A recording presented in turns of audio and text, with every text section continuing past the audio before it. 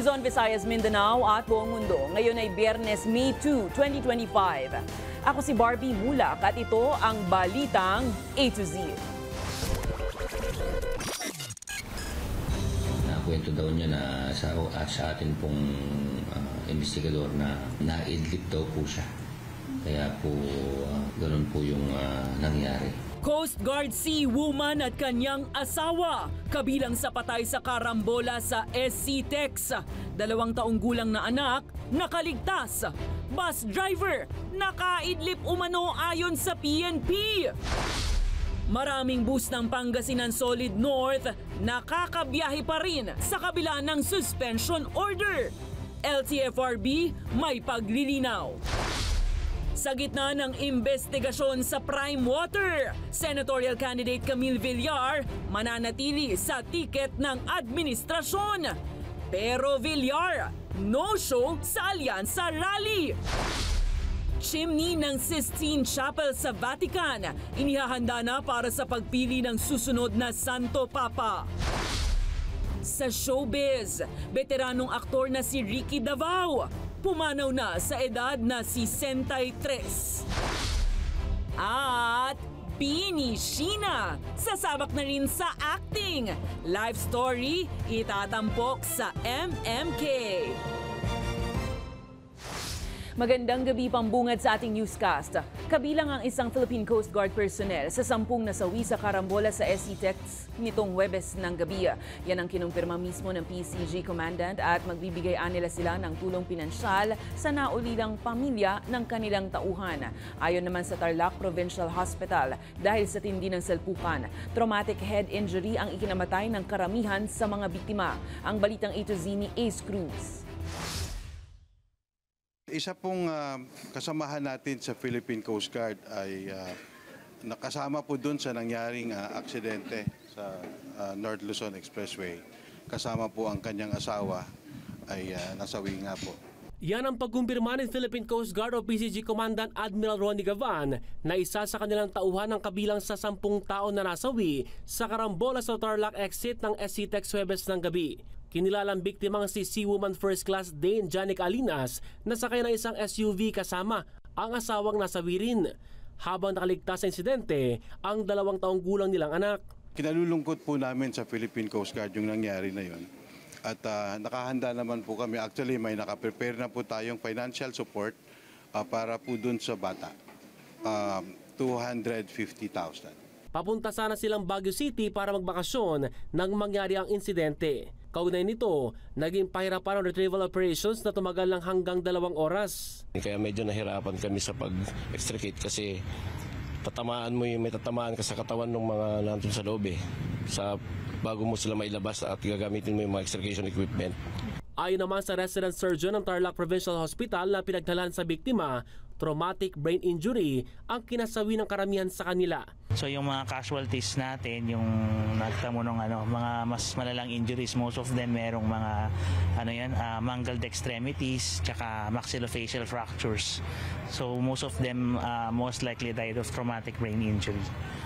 Meron tayong 3 admitted na patients na nagtamo lang ng cerebral concussion or parang naalog yung utak. So for observation lang. Batay sa paunang investigasyon ng Tarlac PNP, galing Cubao ay bumabiyahe papuntang Pangasinan ng bus at dahil sa haba ng biyahe ay nakaidlip umano ang driver nito. Nakwento daw niya na sa atin pong investigador na naidlip daw po siya. Kaya po ganun po yung nangyari. So namalaya na lang daw po niya na nabumangga na po siya. Suspetsa naman ang pamunuan ng NLEX na may sakop sa SC Tex, posibleng mabilis ang takbo ng bus kaya't matindi rin ang pinsala ng bumangga sa mga kaharap na sasakyan sa toll booth. Yung na-monitor po dito is yun nga, nakahinto na po yung mga sasakyan on cue dun sa plaza. And then mabilis nga po yung dating pa rin ng bus. Dapat approaching pa lang siya, magre-reduce na po ng speed. Baka nga dapat mga 20 to 30 na lang yung speed. Hawak na ng Tarlac Police ang bus driver na tumanggi muna magbigay ng pahayag. Nagnegatibo siya sa ginawang alcohol test pero hindi pumayag na magpa-drug test. Para sa Balitang A to Z, Ace Cruz. Patuloy pa rin nakakabiyahe ang maraming bus ng Pangasinan Solid North Transport Incorporated sa kabila ng Fleet Preventive Suspension Order na ipinataw ng Department of Transportation laban sa naturang kumpanya ng bus. May paliwanag naman ang Land Transportation Franchising Regulatory Board ukol rito. Alamin sa balitang A to Z ni Ian Maghanoy. Galing pa ng Batangas ang maglolang ito na si Nanay Bella at Carlo. Papunta sana sila ng San Carlos, Pampanga para makadalaw sa kanilang kaanak. Kampante si Aling Bella sa ligtas na biyahe lulan ng Pangasinan Solid North Transport Incorporated. Ito ay kahit pa nakatanggap na ng Fleet Preventive Suspension Order mula sa Department of Transportation ang Solid North Transport Incorporated. Kasunod yan ang pagkakasangkot ng isa sa mga driver nito sa karambola ng mga sasakyan sa SCTEX nitong Huwebes, kung saan aabot sa 12 ang nasawi at 27 naman ang sugatan. Ba't dyan pa kaisasakay naka-aksidente yung bus ng Solid. No? Hindi naman lahat ng driver siguro ganun. Paglilinaw ng Land Transportation Franchising Regulatory Board o LTFRB, maaari pa rin namang makabiyahe ang naturang bus company.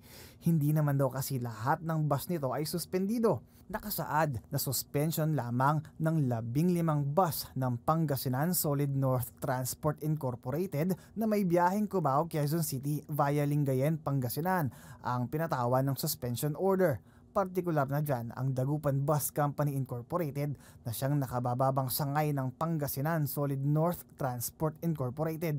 Lumabas raw kasi sa franchise record ng ahensya na ang nakabanggang driver ay empleyado ng Dagupan Bus Company Incorporated. As far as LTFRB is concerned, ang tinitingnan namin kung ano sa franchise verification kung sino yung operator ng bus. Kaya't kahit pa raw magkasangay ang pagmamayari ng Pangasinan Solid North Transport Incorporated at Dagupan Bus Company Incorporated mula sa iisang bus corporation, tanging ang mabibigyan lang daw ng suspensyon ng LTFRB ay ang mga bus na direktang nasa ilalim ng pangangasiwa ng Dagupan Bus Company Incorporated. It's not reflected sa aming franchise record yung pagka nag-verify kami, then we have no, hindi namin masasaklawan yun sa isang show cause or isang rule because it's a separate entity. Because remember, LTFRB is concerned dun sa franchise holder. Sa ngayon, inatasan na ng LTFRB ang PAMI o Passenger Accident Management and Insurance Agency na tulungan ang lahat ng biktima ng karambola. Inaasahang makakatanggap ang mga pasaherong biktima ng naturang bus company ng 400,000 pesos na insurance coverage sa ilalim ng Personal Passenger Accident Insurance Program ng Department of Finance. Habang paghahatian naman ng mga ibang mga biktimang hindi pasahero ng bus company ang 200,000 pesos na insurance sa ilalim naman ng Dual Benefit Liability Insurance o DBL. Dapat yung DBL umabol na yun sa amount. Hindi dapat na segregated yun ng per accident. Paano kung isang accident, 100 tao namatay? So, 200,000 divided by 100. Kawawa naman. Para sa Balitang A to Z, Ian Maghanoy.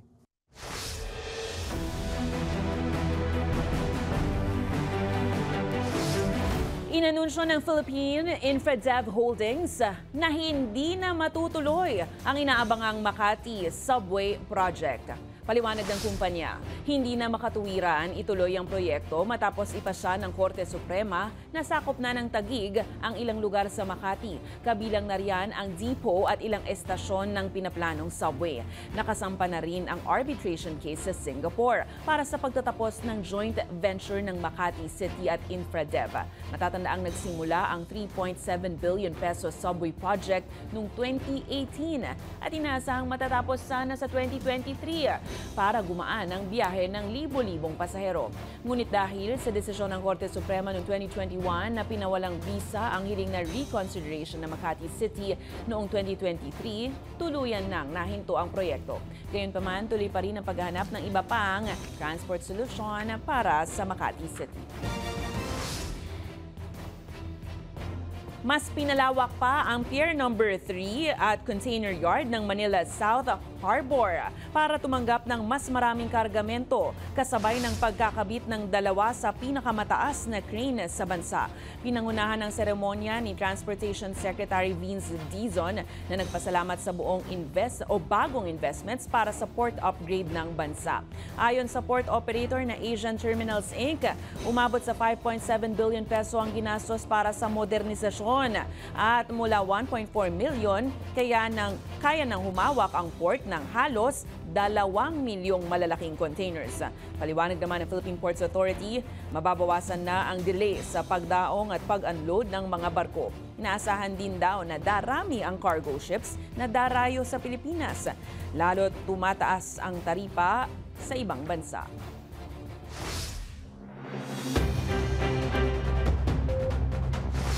Sa unang pagkakataon, nagsalita na ang pamunuan ng Prime Water sa harap ng pagbubukas ng pamahalaan ng investigasyon ukol sa mga reklamo ng mga consumer ukol sa serbisyo nito. Suportado naman ng mga pambato sa Senado sa ilalim ng tiket ng administrasyon ang naturang investigasyon. Narito ang ating balitang A to Z.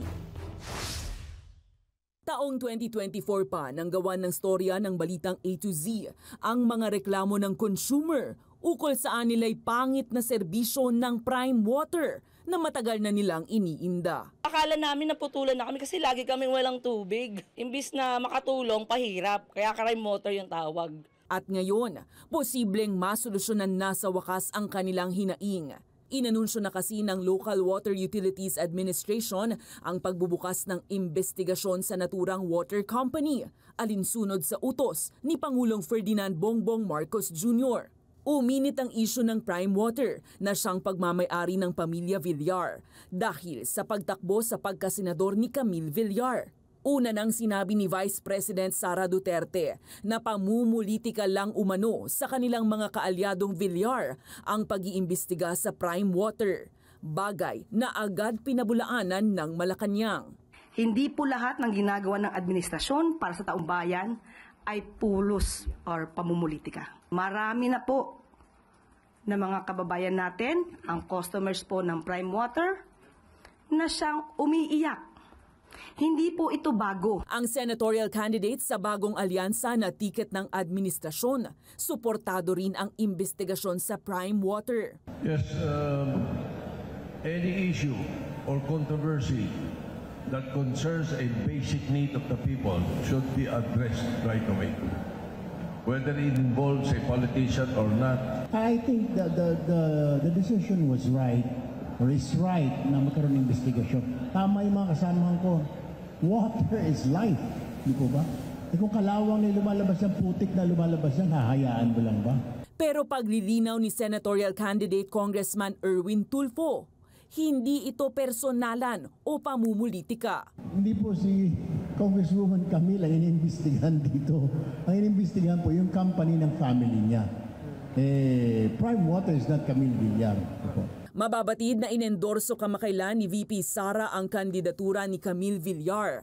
Sa kabila nito, ayon sa kalabang tiket na bagong alyansa, nananatiling pambato ng administrasyon ang batang Villar. Gayunpaman, no-show siya sa pinakahuling political rally ng alyansa sa Quezon ngayong araw. Matagal nang walang tugon sa mga tanong ng media ang Prime Water, pero sa unang pagkakataon, naglabas ng pahayag ang kumpanya. Ayon sa Prime Water, bukas sila sa dialogo upang maresolba ang issue, habang nangako rin silang pagagandahin pa umano ang serbisyo sa mga nasasakupang lugar. Good news naman mga ka-A to Z, inanunsyo ng Social Security System na target sa Hulyo na ibaba na sa 8% ang interest rate sa salary loan at 7% naman sa calamity loan, mula yan sa kasalukuyang 10%. Para ito sa mga miyembro na walang record ng penalty condonation sa nakalipas na 5 taon o yung mga may good credit standing. Plano ring palawakin ng ahensya ang pension loan program para sa mga naiwang asawa ng pensioners. Aabot sa 150,000 pesos ang pwedeng makuha na na may kasamang credit life insurance. Habang kung mamatay naman ang nangutang bago mabayaran ng buong loan, sasagutin ito ng insurance. Nagpaplano na rin ang SSS na maglunsad ng microloans na may 15 to 90-day terms para po yan sa mga miyembro na kailangan ng madaliang cash.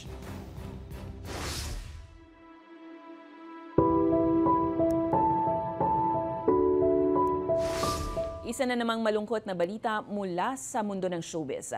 Pumanaw na ang veteranong aktor at direktor na si Frederick Charles Cabelles Davao o mas kilala bilang si Ricky Davao nitong Huwebes, May 1 sa edad na 63. Kinumpirma yan mismo ng kanyang unang management na Viva Entertainment. Matatandaan nitong lamang nakaraang taon nang ma-diagnose ang aktor ng isang terminal illness. Ngunit hindi isinapubliko ang eksaktong detalye ng kanyang karamdaman. Bumida at nakilala si Ricky Davao sa pelikulang Monday First Screening kasama si Gina Alahar, Saranggola, Mga Pusang Gala at marami pang iba. Kami po sa A to Z ay taus-puso nagpapaabot ng pakikiramay sa pamilya at naiwang mahal sa buhay ng premyadong aktor na si Ricky Davao. Susunod! 10 araw bago ang eleksyon, COMELEC walang humpay ang paalala sa mga kandidato, partido at supporters na magtatangkang mag-vote buying. At sa ibang balita, chimney ng Sistine Chapel sa Vatican inihahanda na para sa pagpili ng susunod na Santo Papa. Abangan ang kumpletong ulat sa pagbabalik ng Balitang A to Z.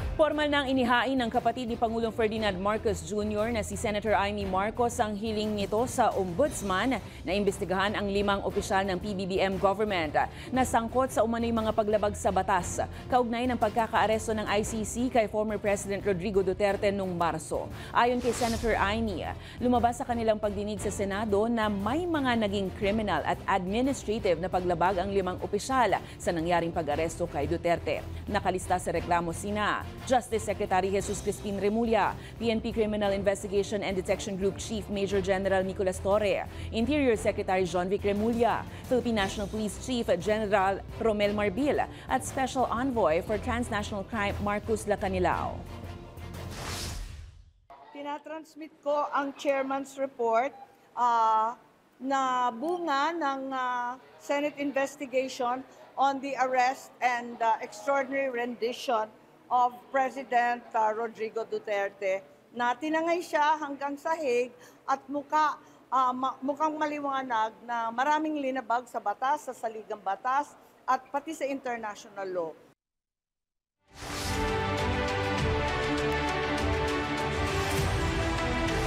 10 araw bago ang halalan 2025, walang humpay ang paalala ng Commission on Elections sa mga kandidato, partido at maging supporters na magtatangkang mag-vote buying.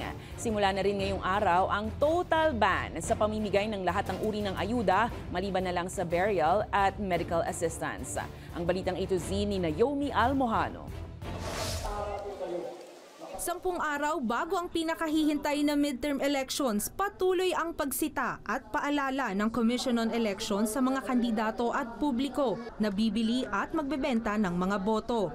Ayon sa komisyon, iba-iba na ang pamamaraan ng pamimili ng boto ng mga kandidato o supporters ngayon. Pero gayunpaman, kanila pa rin itong ikokonsiderang vote buying dahil ginawa ito sa kasagsagan ng eleksyon. Nagagala ka, nag-iikot ka isang araw bago mag-eleksyon sa isang barangay.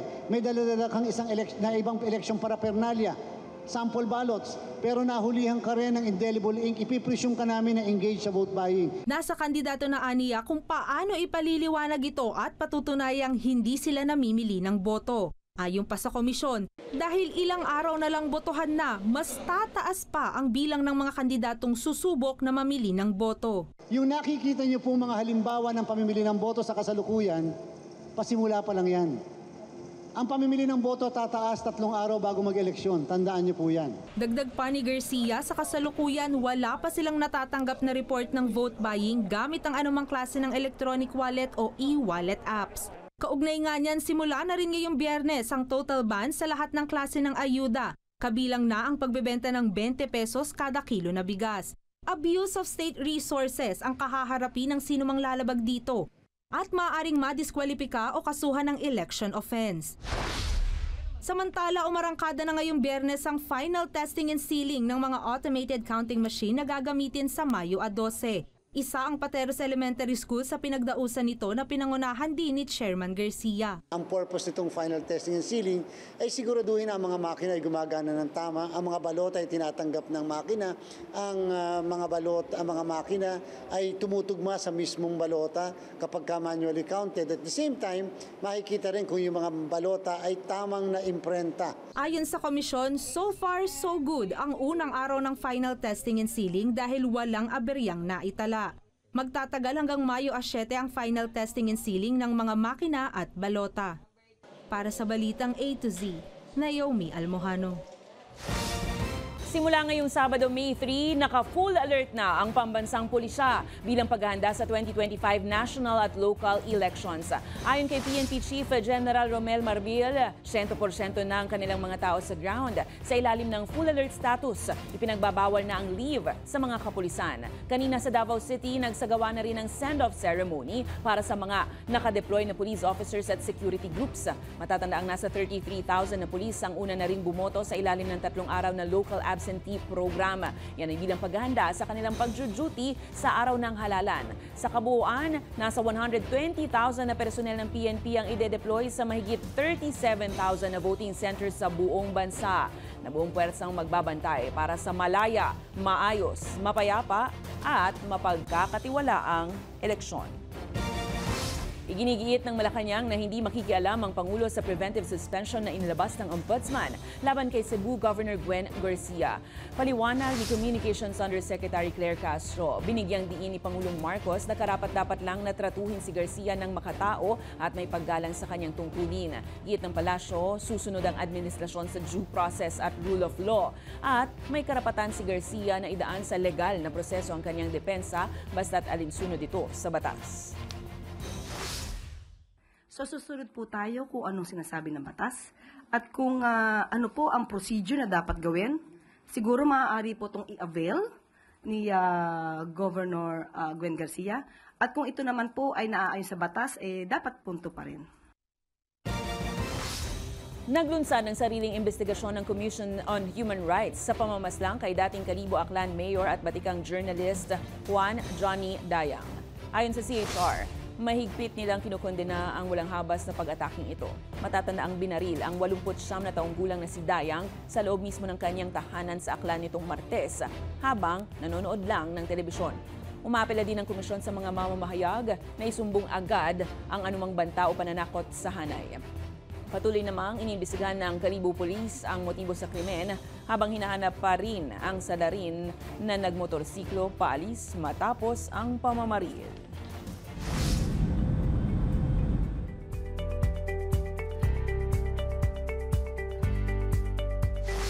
Inihahanda na ng Vatican Fire Brigade ang chimney ng Sistine Chapel para sa opisyal na anunsyo ng susunod na Pope.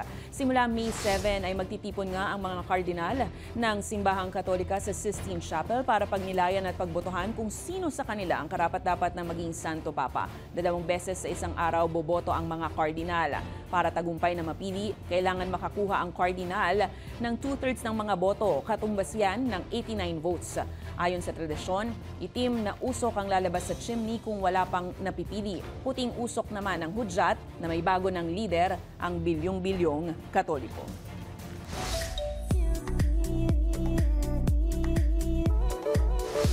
Kinumpirma ng legal team ng aktres at komedyanteng si Rufa May Quinto na ibinasura na ang reklamong isinampa laban sa kanya kaugnay ng umano'y paglabag sa Securities Regulation Code.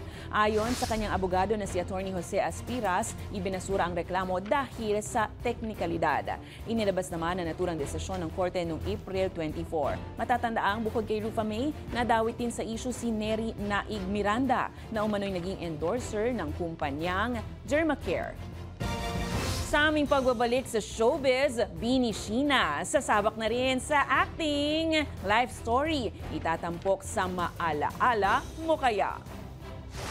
At sa showbiz pa rin, PBB, Gen 11 alumni JM Ibarra at Kai Montinola handa na sa kanilang bagong pelikula. Manatiling nakatutok, kayo ay nanonood ng Balitang A to Z.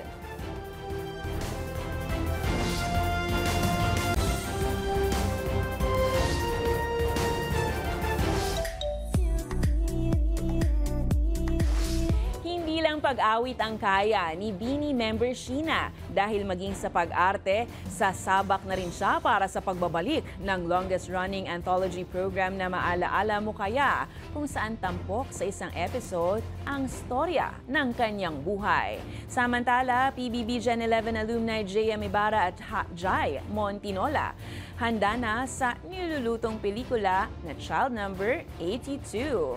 Ang Balitang A to Z Showbiz ni Lane Garcia. Baka sila pinipicturan mo. Hindi lang siya pang P-pop. Dahil maging sa aktingan, palaban pa rin ang isa sa BINI member na si Sheena Katakutan. Matapos itampok ang sariling life story sa ikalawang episode comeback ng Maalaala Mo Kaya. Na ayon kay Sheena, dream come true talaga para sa kanya ang maging bahagi nito. Sa isang panayam, inakala pa ni BINI Sheena na pinaprank lamang siya ng management noong pinaplanong i-ere ang storya ng kanyang buhay sa MMK. At nang mapatunayan na tunay ngang maipapalabas ang kanyang life story, nakadama si Sheena ng excitement. Kwento pa niya, agad raw siyang sumabak sa acting workshop kasama ang batikang aktres na si Malu de Guzman. Mapapanood ang life story na yan ni Sheena sa May 3, 8:30 ng gabi dito sa A to Z. Samantala, isa pang sasabak sa aktingan ang Pinoy Big Brother Gen 11 alumni na sina JM Ibarra at Kai Montinola. Magsasama ang dalawa sa kanilang upcoming film na Child Number 82. Sa social media page ng Star Magic, makikita ang ilang snaps ng shooting nila JM at Kai sa isang eskwelahan. Makakasama rin nila sa pelikula ang ilang bituin gaya ni Bong Navarro at Rochelle Pangilinan. Ipapalabas ang Child Number 82 sa Cinemalaya Philippine Independent Film Festival sa August. Para sa Balitang A to Z Showbiz, Lane Garcia. Kung kayo ay may kwentong kakaiba, mga kwento ng pag-ibig o storya ng inspirasyon at pag-asa, maritong ibahagi, sumali sa ating Facebook group na Balitang A to Z. Panoorin ang replay ng ating programa at sundan ang ating social media pages, hanapin ang Balitang A to Z. Ang ating pabaong quote of the night ngayong Biyernes ay mula sa aktres na si Audrey Hepburn. Ayon sa kanya, ang tubig ay buhay at ang malinis na tubig ay kalusugan. At yan po ang mga balita at impormasyon, mga kwentong may dalang inspirasyon na tinutukan ng Balitang A to Z. Ako si Barbie Mulak, maging maalam, makialam. Magandang gabi sa iyo, Pilipinas. Happy weekend!